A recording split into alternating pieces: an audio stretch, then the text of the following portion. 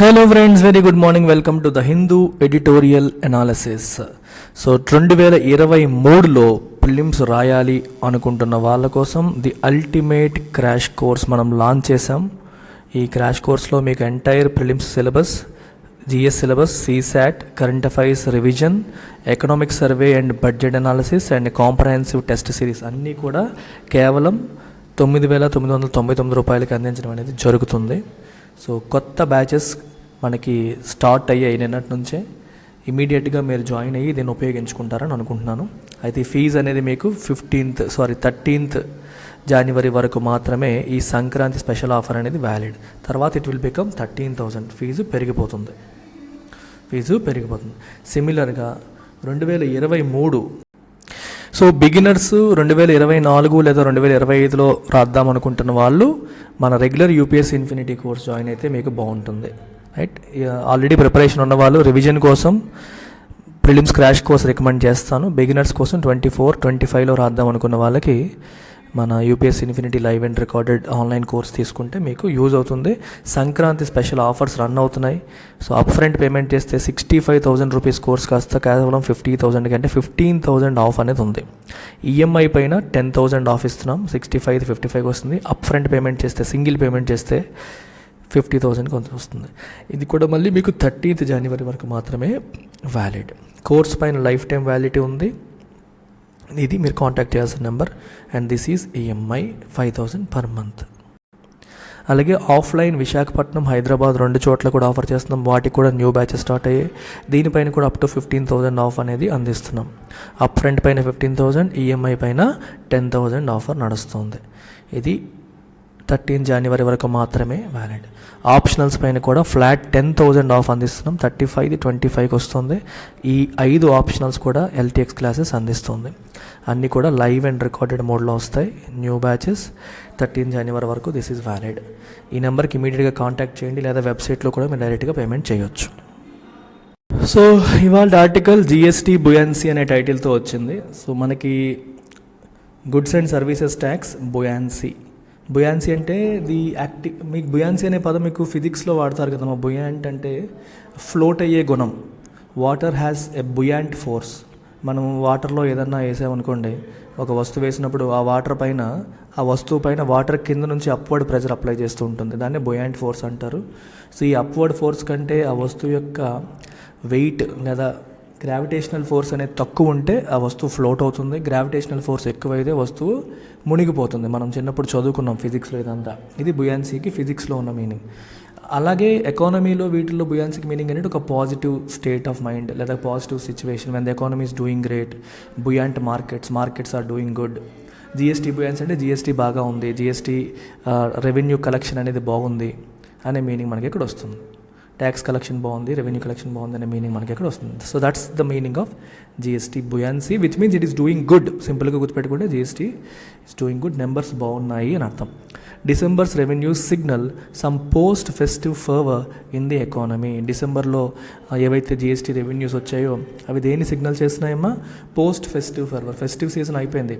Festive season ఇండియాలో October, November. European markets లేకపోతే యూఎస్లో తీసుకుంటే December is the festive season. Because Christmas, ఎక్కువ క్రిస్టియన్స్ కాబట్టి క్రిస్మస్ టైంలో ఆఫర్స్ ఎక్కువ పెడతారు వాళ్ళకి. మనకి దసరా, దివాళీ టైంలో మ్యాక్సిమం నెంబర్ ఆఫ్ ఆఫర్స్ వస్తాయి.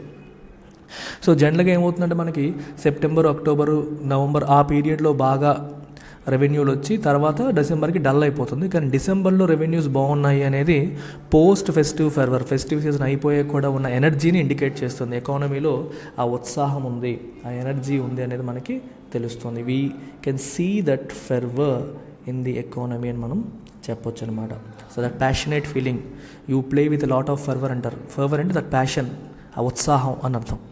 almost 1.5 lakh crores goods and services tax inflows in December 2022 signal a recovery of sorts from November when revenues fell to a 3-month low. నవంబర్లో మనకి రెవెన్యూస్ 3 month లోకి పడిపోయాయి, చాలా తక్కువ ఉన్నాయి. దాంతో కంపేర్ చేసుకుంటే GST revenues in December recover అయ్యాయి. సో జిఎస్టీ రెవెన్యూస్ ఎంత ఉన్నాయి? 1.5 lakh crores అనేవి ఉన్నాయి. ఓకేనా? November 2022 revenues were 10.9% higher than a year ago. November revenues last year నవంబర్తో పోలిస్తే 2021 నవంబర్తో పోలిస్తే 10.9% హయ్యర్. కానీ still mark the slowest growth since June 2021. కానీ ఇయర్ గ్రోత్ పరంగా తీసుకుంటే స్లోయెస్ట్ గ్రోత్ జూన్ 2021తో చూసుకుంటే ప్రతి మంత్ కూడా ప్రీవియస్ మంత్తో పోలిస్తే చాలా ఎక్కువ పర్సంటేజ్ గ్రోత్తో రెవెన్యూలు గ్రో అవుతున్నాయి. కానీ నవంబర్ 2022 మాత్రం 10.9% మాత్రమే గ్రో అయింది compared to November 2021, which is not great. Growth ఉంది కానీ అంత గొప్పది కాదని అర్థం. December revenues were 2.5% higher than November. December revenues November కంటే 2.5% higher and reflect 15.2% year uptick. December 2021తో పోలిస్తే 15.2% డిసెంబర్ రెవెన్యూస్ పెరిగాయి. While the 1,49,507 GST kitty in December is the third highest since the beginning of indirect tax regime in July 2017. 2017 జూలైలో మనకి GST system అనేది implement చేయడం జరిగింది. అప్పటితో పోల్చుకుంటే ఇప్పుడు మనకి ఏదైతే వచ్చిందో జిఎస్టీది ఎంత 1,49,507 crores వచ్చింది డిసెంబర్లో. ఇది థర్డ్ హైయెస్ట్ ఫిగర్ అంట. అయితే it may be more noteworthy than previous records. అంటే ఇంతకుముందు 1.5 lakhs పైన మనకి 2 రికార్డ్స్ ఉన్నాయి. అయినప్పటికీ కూడా వాటికంటే ఇది మోర్ నోట్ వర్ది అని చెప్తున్నారు. వాటికంటే ఇది మోర్ నోట్ వర్ది అని చెప్తున్నారు. ఎందుకు మోర్ నోట్ వర్ది అంటే చూడండి ఒకసారి. First, as these taxes are linked to economic activity undertaken in November, they indicate that factories and service providers were busier than they were in October, impacted little by post-festival consumer fatigue. Very interesting sentence. So ఈ sentence meaning మీరు అర్థం చేసుకోండి. ఇప్పుడు మనకి డిసెంబర్లో ఉన్న numbers ఏవైతే ఉన్నాయో చూడండి. డిసెంబర్లో ఉన్న రెవెన్యూ, జిఎస్టీ రెవెన్యూ ఏదైతే ఉందో it reflects economic activity of November. అది నవంబర్ ఎకనామిక్ యాక్టివిటీకి సంబంధించింది. అంటే మీకు ఎలా జరుగుతుందంటే ఇప్పుడు మన ఎల్టీఎక్స్ క్లాసే మీరు తీసుకుంటే మీకు ఇంతకుముందు కూడా చెప్పాను. ఇప్పుడు మనకి నవంబర్ మంత్లో జరిగిన అడ్మిషన్స్, ఎల్టీఎక్స్ క్లాసెస్లో జరిగిన అడ్మిషన్స్ పైన నేను జిఎస్టీ పేమెంట్, గవర్నమెంట్కి ట్యాక్స్ కట్టాలి కదా, జిఎస్టీ పేమెంట్ లేదా రిటర్న్స్ ఫైల్ చేయడం అనేది I will do it in December. అంటే గవర్నమెంట్ ఏంటంటే నెక్స్ట్ మంత్ 20th లోపు చేయాలి అని చెప్పి గవర్నమెంట్ టైం ఇస్తుంది. సో నవంబర్ మంత్ అంతా కంప్లీట్ అయ్యాక ఆ మంత్లో మనకి ఎంత రెవెన్యూ వచ్చింది, దాంట్లో ట్యాక్స్ కాంపోనెంట్ ఎంత అని చెప్పి మనమే బుద్ధిగా గవర్నమెంట్కి కట్టేయాలి నెక్స్ట్ మంత్ 20వ తారీఖు లోపు. అర్థమవుతుందా? సో గవర్నమెంట్కి డిసెంబర్లో వచ్చే రెవెన్యూస్ అన్నీ కూడా ఏ మంత్వి? నవంబర్ జరిగిన ఎకనామిక్ యాక్టివిటీస్వి. సో గవర్నమెంట్కి ఒక నెల రేటుగా వస్తాయి అన్నమాట. నవంబర్ అంతా కంప్లీట్ అయిపోయాక ఆ మంత్ మొత్తం కన్సాలిడేట్ చేసి ఆ నెంబర్ని డిసెంబర్లో పంపిస్తారు. అలా డిసెంబర్లో గవర్నమెంట్ చేతికి వచ్చిన ఇన్కమ్ అంతా కూడా ఇండికేట్స్ ఎకనామిక్ యాక్టివిటీ ఆఫ్ నవంబర్ది అని అర్థం. అది చెప్తున్నారు. ఆ పాయింట్ చెబుతూ చూడండి, these taxes are linked to economic activity undertaken in November. They indicate that factories and service providers were busier than they were in October. అక్టోబర్లో అంత బాగాలేదండి. నవంబర్ రెవెన్యూ దేన్ని ఇండికేట్ చేస్తుంది? అక్టోబర్ది. సో నవంబర్ కంటే డిసెంబర్ రెవెన్యూ బాగుంది అంటే అర్థం ఏంటి? అక్టోబర్ కంటే నవంబర్ ఎకనామిక్ యాక్టివిటీ బాగుంది అని అర్థం. So it indicates that factories and service providers, మరి అంతే కదా, ఫ్యాక్టరీస్ సర్వీస్ ప్రొవైడర్స్ అక్టోబర్ కంటే నవంబర్లో బాగా బిజీగా ఉన్నాయి అని అర్థం. Impacted little by post festival consumer fatigue. Festival అయిన తర్వాత కొంచెం జనాలు ఈ అక్టోబర్లోను వాటిలోనూ విపరీతంగా అది బిగ్ బిలియన్ సేల్ అని, గ్రేట్ ఇండియన్ సేల్ అని అవి ఇవి పెట్టేసి అలిసిపోతారు. కొని నవంబర్లో తగ్గిపోతాయి, పర్చేజెస్ చాలా వరకు తగ్గించేస్తారు. కానీ ఈసారి అక్టోబర్ కంటే నవంబర్ ఎకనామిక్ యాక్టివిటీ బాగుంది అంటే నవంబర్లో కూడా పర్చేజెస్ అనేవి బాగా జరిగాయి, సేల్స్ బాగా జరిగాయి. అంటే కన్జ్యూమర్స్ పోస్ట్ ఫెస్టివ్ ఫ్యాటిగ్లోకి వెళ్ళలేదు. ఫెస్టివ్ సీజన్ అయిపోయింది, పర్చేజెస్ తగ్గించుకుందామని అనుకోలేదు. కాబట్టి అది మంచి సైన్ అని చెప్తున్నారు. అది ఒక ఆస్పెక్ట్. రెండోది, on the other 2 occasions that GST revenues were higher. అంటే ఈసారి రెవెన్యూ మంచిది. అంటే ఫెస్టివ్ సీజన్ అప్పుడు, ఫెస్టివ్ సీజన్ దాటిన తర్వాత వచ్చింది. మామూలుగా ఫెస్టివ్ సీజన్లో రావడం వేరు, ఫెస్టివ్ సీజన్ దాటిన తర్వాత కూడా ఎలా వచ్చిందని చాలా positive thing. Higher on the other 2 occasions the GST revenues were higher. ఒకటి 1.67 lakh crore in April 2022 and almost 1.52 lakh crore in October. ఈ 2 రెవెన్యూస్ మీరు తీసుకుంటే ఇది అక్టోబర్ నెంబరు, సెప్టెంబర్ ఎకనామిక్ యాక్టివిటీని ఇండికేట్ చేస్తుంది. ఇందాకే అక్టోబర్ తక్కువ అని చెప్పారు కదా సార్ అనుకోకండి. అక్టోబర్లో ఎకనామిక్ యాక్టివిటీ తక్కువ. అక్టోబర్ ఎకనామిక్ యాక్టివిటీ మనకి రెవెన్యూలో రిఫ్లెక్ట్ అవుతుంది, నవంబర్లో రిఫ్లెక్ట్ అవుతుంది. సో అక్టోబర్లో వచ్చిన రెవెన్యూ సెప్టెంబర్ ఎకనామిక్ యాక్టివిటీని ఇండికేట్ చేస్తుంది అనమాట. ఈ last 2 times the numbers were boosted by tax payers financial year and reconciliations and pre festive spending or stocking up respectively. మనకి అక్టోబర్ది ఎందుకు బాగుందంటే సెప్టెంబర్లో స్టాకప్ చేస్తాయి కంపెనీస్ అన్నీ కూడా. ఎందుకంటే అక్టోబర్లో సేల్స్ అవుతాయని చెప్పి సెప్టెంబర్లోనే మొత్తం స్టాకింగ్ అప్ జరుగుతూ ఉంటుంది. ఇప్పుడు పెద్ద పెద్ద కంపెనీస్ అన్నీ కూడా చిన్న చిన్న వాళ్ళు పెద్ద పెద్ద మనకి హోల్సేలర్స్ నుంచి రిటైలర్స్ అందరూ కొనేసుకుని రెడీగా పెట్టుకుంటారు. అందువల్ల మనకి స్టాకింగ్ అప్ ఎక్కువ జరుగుతుంది కాబట్టి మనకి అక్టోబర్ నెంబర్స్ బాగున్నాయి. అలాగే ఏప్రిల్ నెంబర్స్ ఎందుకు బాగున్నాయంటే మార్చ్ అనేది financial year closing. April data ఏది మార్చిది కదా, మార్చ్లో ఉన్న ఎకనామిక్ యాక్టివిటీ నెంబర్స్ ఏప్రిల్లో వస్తాయి. సో ఏప్రిల్ నెంబర్స్ ఎందుకు బాగున్నాయంటే మార్చ్ అనేది ఫైనాన్షియల్ ఇయర్ క్లోజింగ్ కాబట్టి అంతకుముందు కట్టనవాడు వీళ్ళందరూ ఫైనాన్షియల్ ఇయర్ ఎండింగ్లో పెండింగ్ అంతా కట్టేస్తారు, దానివల్ల ఎక్కువ వచ్చేస్తాయి. సో అందువల్ల ఆ 2 నెంబర్స్ బాగున్నాయి. కానీ డిసెంబర్ నెంబర్ మాత్రం నిజంగా బాగుందని చెప్తున్నాడు. This was not the case in December. Arguments that high inflation bolstered these numbers are only partly tenable. Tenable అంటే నిలబడ్డం, జస్టిఫైయబుల్ అని అర్థం. ఆర్గ్యుమెంట్స్ ఏంటంటే ఇన్ఫ్లేషన్ ఎక్కువైపోవడం వల్ల జీఎస్టీ ఎక్కువైపోయిందని చెప్పి అంటున్నారు. అదేంటి సార్, ఇన్ఫ్లేషన్ ఎక్కువైతే జీఎస్టీ పెరిగిపోవడం ఏంటి అని మీరు అనొచ్చు. ఒక వస్తువు 100 రూపాయలు ఉంది, 18% జీఎస్టీ, అప్పుడు గవర్నమెంట్కి ఎంత వస్తుంది, 18 రూపాయలు వస్తుంది. అదే వస్తువు 110 రూపీస్ ఉందనుకోండి, అప్పుడు ఏమవుతుంది, మనకి 18% జీఎస్టీ వేస్తే మనకి 18 రూపాయల కంటే ఎక్కువ వస్తుంది కదా, అంతేనా లేదా? 110 మీద 18% ఈజ్ మోర్ దాన్ 100 మీద 18%. సో వస్తువు రేటు పెరిగినప్పుడు దాని మీద ట్యాక్స్ కూడా పెరిగిపోతుంది. ఆ రకంగా వస్తువుల రేట్లు పెరిగిపోయి ఇన్ఫ్లేషన్ వల్ల అందువల్ల గవర్నమెంట్కి ట్యాక్స్ రెవెన్యూ పెరిగిపోయిందని చెప్పి కొంతమంది ఆర్గ్యుమెంట్ చేస్తున్నారు. అది ఆ లాజిక్ అనేది బోస్టెడ్ అంటే స్ట్రెంథెండ్ ఈజ్ ఓన్లీ పార్ట్లీ టెనబుల్. ఆ లాజిక్ కొంతవరకే కరెక్ట్, కొంతవరకే జస్టిఫైయబుల్, నిలబడదు. Headline inflation dipped to all 11-month లో ఆఫ్ 5.9% ఇన్ నవంబర్లో హెడ్లైన్ ఇన్ఫ్లేషన్ 5.9% తగ్గింది. హెడ్లైన్ ఇన్ఫ్లేషన్ అంటే అర్థం ఏంటి? What is the meaning of headline inflation? Overall inflation అనేది తగ్గింది. What is the other measure? Core inflation అంటాం. కోర్ ఇన్ఫ్లేషన్ అంటే మనకి ఏమంటారు, ఈ రెండింటిని ఫుడ్ అండ్ ఫ్యూయల్ లేకుండా మిగిలిన వాటి ప్రైసెస్ మాత్రమే క్యాలిక్యులేట్ చేస్తే వచ్చేది కోర్ ఇన్ఫ్లేషన్. ఫుడ్ ఫ్యూయల్తో కలిపి చేస్తే వచ్చేదాన్ని మనం హెడ్లైన్ ఇన్ఫ్లేషన్ అని చెప్పి అంటాం. And services inflation was flat sequentially. Services inflation కూడా ఫ్లాట్, అంటే మంత్ తీసుకుని అది పెద్దగా పెరగలేదు. And goods inflation was 6.2%, which is high but far lower than previous month. Goods inflation 6.2% ఉంది, కానీ అంతకు ముందు నెలతో పోల్చుకుంటే తక్కువే. సో ఇన్ఫ్లేషన్ వల్ల బాగా పెరిగిపోయి అనే పాయింట్ కూడా కరెక్ట్ కాదు అని చెప్తున్నారు. So if inflation did nudge up revenues, it did not play any more of a role in December than it did in earlier months when price rise was higher. So inflation అనేది నిజంగా నడ్జప్ అంటే push అనమాట, రెవెన్యూస్ని push చేసి ఉంటే అది earlier మంత్స్లో ఇంకా ఎక్కువ ఇన్ఫ్లేషన్ ఉండేది.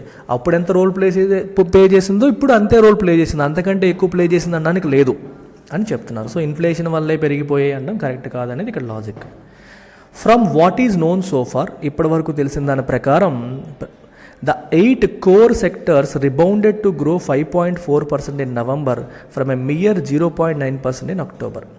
8 కోర్ సెక్టార్స్ ఏవైతే ఉన్నాయో, ఓకేనా, 8 కోర్ సెక్టార్స్ ఏంటనేవి మీరు కామెంట్ సెక్షన్లో మెన్షన్ చేయండి అమ్మా. కోర్ సెక్టార్ డేటా కూడా ఎవరు రిలీజ్ చేస్తారు, విచ్ మినిస్ట్రీ రిలీజ్ చేస్తుంది అనేది కూడా మెన్షన్ చేయండి కామెంట్ సెక్షన్లో.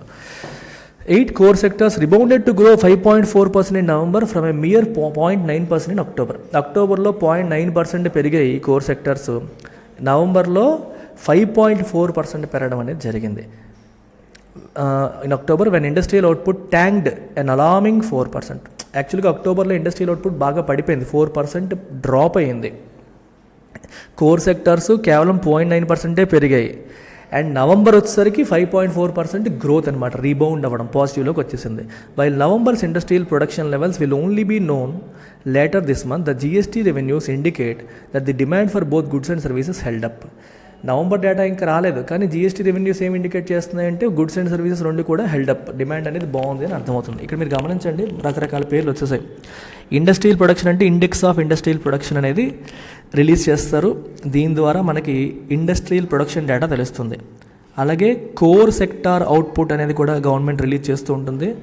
ఈ కోర్ సెక్టార్స్ అనేవి is a subset of industrial production, అంటే మోస్ట్ ఇంపార్టెంట్ సెక్టార్స్ అన్నీ ఇందులోకి వచ్చేస్తాయి. ఇండస్ట్రియల్ ప్రొడక్షన్లో మీకు కోర్ సెక్టార్స్తో పాటు ఇంకా అడిషనల్ కూడా ఉంటాయి. సో కోర్ సెక్టార్ అవుట్పుట్ ఏమో అక్టోబర్తో పోలిస్తే నవంబర్లో బాగా పెరిగింది. ఓకేనా. నవంబర్ యొక్క ఇండస్ట్రియల్ ప్రొడక్షన్ డేటా ఇంకా నాట్ అవైలబుల్, ఇంకా రాలేదు, నాట్ అవైలబుల్ అది చెప్తున్నాడు ఇక్కడ, ఇంకేం లేదు.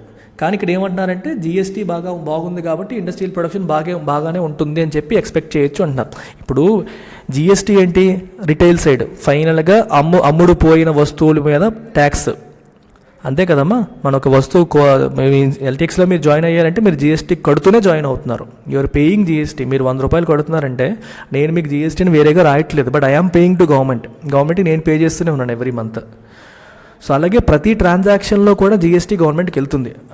సిస్టంలో రికార్డ్ చేసి, ఇప్పుడు కొంతమంది ఏంటంటే క్యాష్ తీసుకొని అవి ఎక్సెల్ షీట్లో ఏదో టెంపరీగా మెయింటైన్ చేసుకునే వాళ్ళకి గవర్నమెంట్కి ఎగ్గొడతారు. మనం అలా కాదు, ప్రతిదీ కట్టేస్తూ ఉన్నాం.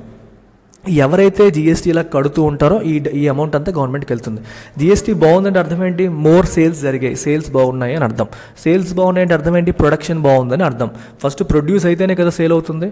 ఒక టీవీ సేల్ అయ్యిందంటే ఫస్ట్ టీవీ ప్రొడ్యూస్ అవ్వాలి కదా, అది చెప్తున్నారు. జిఎస్టీ బాగుందంటే సేల్స్ బాగున్నాయని, సేల్స్ బాగున్నాయంటే ప్రొడక్షన్ బాగున్నాయని, ప్రొడక్షన్ బాగుంటే ఐఐపి డేటా బాగుంటుంది అని అర్థం. అది అక్కడ చెప్తున్నారు. యాజ్ నార్త్ బ్లాక్ మ్యాండరిన్స్, మనకి ఢిల్లీలో సెక్రటేరియట్లో సౌత్ బ్లాక్, నార్త్ బ్లాక్ అని ఉంటాయి, అన్ని బ్లాక్స్ ఉంటాయి. అందులో నార్త్ బ్లాక్లో ఫినాన్స్ మినిస్ట్రీ కూర్చుంటుంది అనమాట. నిర్మలా సీతారామన్ గారి హయాంలో ఫినాన్స్ మినిస్ట్రీలో అఫీషియల్స్ అందరూ అక్కడ కూర్చుంటారు. మ్యాండరిన్ అంటే హై గవర్నమెంట్ అఫీషియల్ అని అర్థం. హై లెవెల్లో ఉన్న గవర్నమెంట్ అఫీషియల్ని మ్యాండరిన్ అంటారు.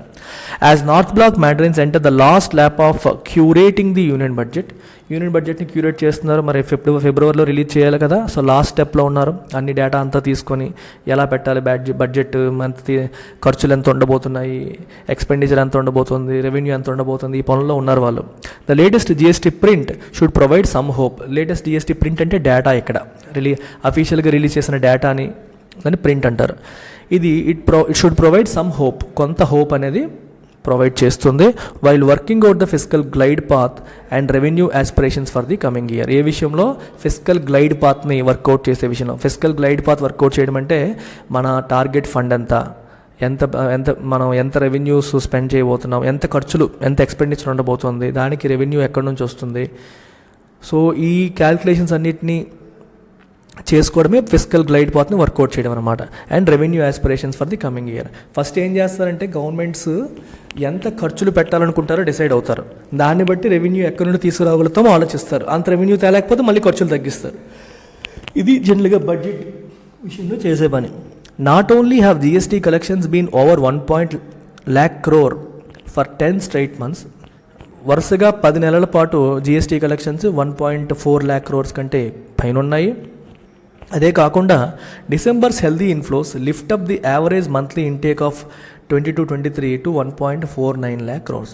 డిసెంబర్ హెల్దీ ఇన్ఫ్లోస్ ఏమైంది, యావరేజ్ మంత్లీ ఇంటేక్ 2022-23 ఈ ఫైనాన్షియల్ ఇయర్ యొక్క యావరేజ్ ఇంటేక్ 1.49 lakh crores ఉంది. వరుసగా 10 నెలల నుంచి 1.4 lakh crores పైన ఉంది. యావరేజ్గా తీసుకుంటే 1.5 lakh crores ఉంది. But there is little room for complacency. అయితే అంతా బాగుంది కదా అని చెప్పి కాంప్లసెంట్ అవ్వడానికి లేదు. కాంప్లసెంట్ అంటే అంతా బాగానే ఉంది అని చెప్పి రిలాక్స్ అయిపోవడం, అంటే తొందరగా సాటిస్ఫై అయిపోవడం అనమాట. దానికి రూమ్ లేదు. రూమ్ అంటే స్పేస్ లేదు. తొందరపడిపోయి సాటిస్ఫై అవ్వడానికి అవకాశం లేదు.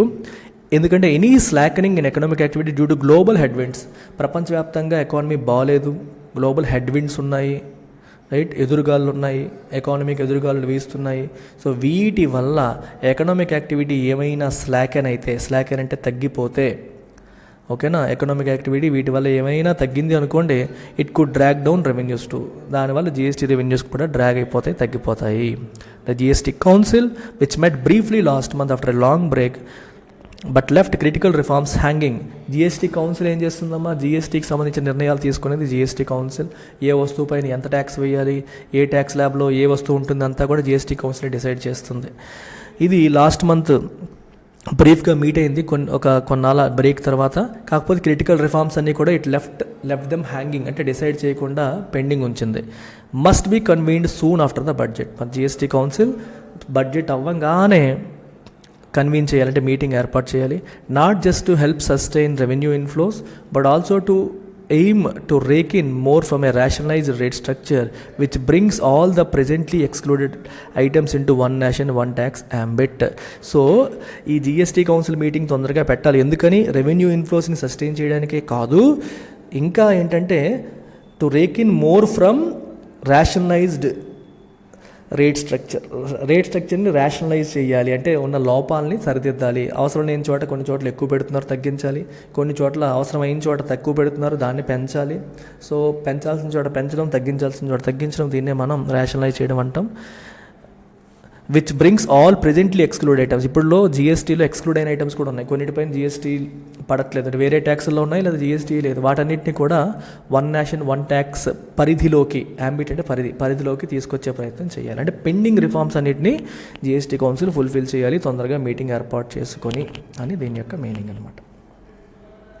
సో దీనిపైన ఒక క్వశ్చన్ ఇచ్చాను చూడండి. Identify incorrect statements. December GST revenues reflect economic activity in November. కరెక్టేనా? చెక్ చేయండి. GST council decides the rates in different tax slabs. అది కూడా చూడండి. 4 ఆప్షన్స్ ఉన్నాయి, ఏది కరెక్టు ఏది తప్పు, 2 కరెక్టా 2 తప్పా చూసుకోండి. అలాగే మనకి యూపీఎస్సీ ఆస్పిరెంట్స్ చాలామంది సీశాట్లో ఇబ్బంది పడుతూ ఉంటారు, అన్నీ జీఎస్ క్లియర్ చేసి సీశాట్ ఫెయిల్ అయిపోతూ ఉంటారు. అలాంటి వాళ్ళు మిస్ అవ్వకండి, ఎందుకంటే ఇంత కష్టపడి ఇన్ని సబ్జెక్ట్స్ అది మనం జీఎస్ క్వాలిఫై అవుతాం, సీశాట్లో పోయిందంటే తట్టుకోలేము. సో సీశాట్ ఇన్ఫినిటీకి న్యూ బ్యాచెస్ వచ్చేసాయి. 7,000 రూపాయల కోర్సు మనం 5,000కి అందిస్తున్నాము. అన్ని క్లాసెస్ నేనే చెప్తాను, ఎక్కడ మీరు కాంప్రమైజ్ అవ్వదు క్వాలిటీ ఆఫ్ టీచింగ్లో. సో ఈ ఫీజు మనకి 13th జనవరి వరకు మాత్రమే వ్యాలిడ్. డెడ్ లైన్స్ చూడకండి, బ్యాచెస్ స్టార్ట్ అయిపోయి క్లాసెస్ మిస్ అవుతారు, ఇమీడియట్గా జాయిన్ అయ్యే ప్రయత్నం చేయండి. సిమిలర్గా క్యాట్ ఆస్పిరెంట్స్ 2023లో క్యాట్ ఎగ్జామ్ రాద్దాం అనుకునే వాళ్ళు you can go for cat infinity. Fundamentals నుంచి హయ్యెస్ట్ లెవెల్ వరకు నేను కవర్ చేస్తాను, కంప్లీట్ సిలబస్ కవరేజ్ అనేది ఉంటుంది. అండ్ ఎకానమీ జీడిపిఐ కోసం ఎకానమీ వీడియోస్ కూడా మీకు ఇస్తాను, ఓకేనా. వీటికి కూడా న్యూ బ్యాచెస్ ప్రారంభమయ్యాయి. క్యాట్ ఇన్ఫినిటీ పైన కూడా మీకు లైఫ్ టైం వ్యాలిడ్ ఉంది. అతి తక్కువ ఫీజు, కేవలం 10,000 రూపాయలకి లైఫ్ టైం వ్యాలిడ్తో క్యాట్ క్లాసెస్ మనం అందిస్తున్నాం. మీకు ఫ్లాట్ 2,000 ఆఫ్ కూడా ఉంది. 12,000ది 10,000కి వస్తుంది అనమాట. ఈ నెంబర్కి కాంటాక్ట్ చేయండి. That's it, take care, bye.